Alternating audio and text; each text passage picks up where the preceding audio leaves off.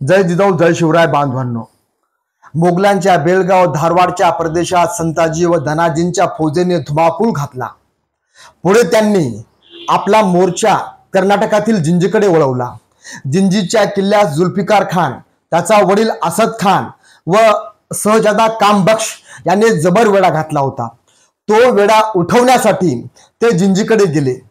संताजी घोरपडे यांच्याकडे 15,000चे घोडदळ होते, तर धनाजी जाधव यांच्याकडे 7,000चे घोडदळ होते। एखाद्या झंझावाताप्रमाणे जिंजीच्या आसमंतात संताजी व धनाजींच्या फौजा घुसल्या। 13 डिसेंबर 1692 रोजी धनाजी जाधवांनी अचानक जिंजीच्या किल्ल्यास वेढा घालून बसलेल्या मोगलांच्या फौजेवर हल्ला केला। मोगलांच्या फौजेची दानादान उडाली, त्यांचा पराभव झाला आणि त्यांनी आपलं मुख्य तळ गाठलं। धनाजी जाधवांनी इस्माईल खान यास कैद केले व जिंजीच्या किल्ल्यात घेऊन गेले। दुसऱ्याच दिवशी म्हणजे 14 डिसेंबर 1692 रोजी सरसेनापती संताजी घोरपडे जिंजीकडे येत असताना त्यांना बातमी मिळाली। वांदिवास पासून उत्तरेकडे 25 मैलावर असलेल्या कांचीपुरम या ठिकाणचा मोगलांचा फौजदार अल्ली मर्दान खान हा मोठी रसद घेऊन जिंजीकडे जात आहे। त्यावेळेस या दोघांच्या लढाईचं वर्णन पांडेचेरीचा फ्रेंच गव्हर्नर मॉर्टिन आपल्या डायरीत करतो। तो असे म्हणतो की सरसेनापती संताजी घोरपडे हा युद्धात अत्यंत हुशार व निष्णात होता। त्यांनी छत्रपती शिवाजी महाराजांच्या गनिमी काव्याचा वापर केला।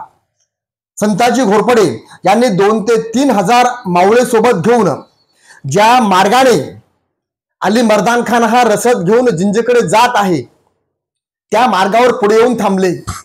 अली मर्दान खान यांच्याकडे 1200 ते 1500 सैनिक होते।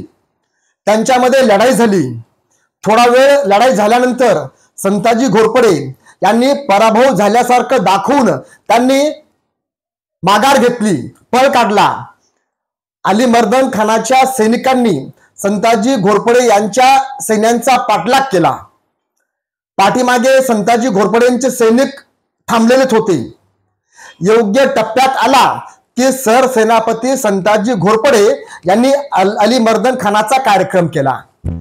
संताजी घोरपडेंच्या फौजा सर्व मावळे त्यांच्यावर चौफेर तुटून पडले। अली मर्दान खानाला व त्यांच्या सहकाऱ्यांना कैद केले। 5 हत्ती, 300 घोडी, उंट, माल वाहून नेणारी जनावरे, रसद, धनसंपत्ती मिळवली। मराठ्यांच्या या स्वातंत्र्य लढ्यामध्ये खजिना संपला होता। अशा परिस्थितीत सरसेनापती संताजी घोरपडे त्यांनी मोगलांच्या सैन्याचा फौजेचा पराभव करून त्यांच्याकडून हत्ती, घोडे, उंट, जनावर, खजिना, रसद खूप मोठ्या प्रमाणात मिळवली आणि त्याचा सर्व उपयोग स्वराज्याच्या रक्षणासाठी केला।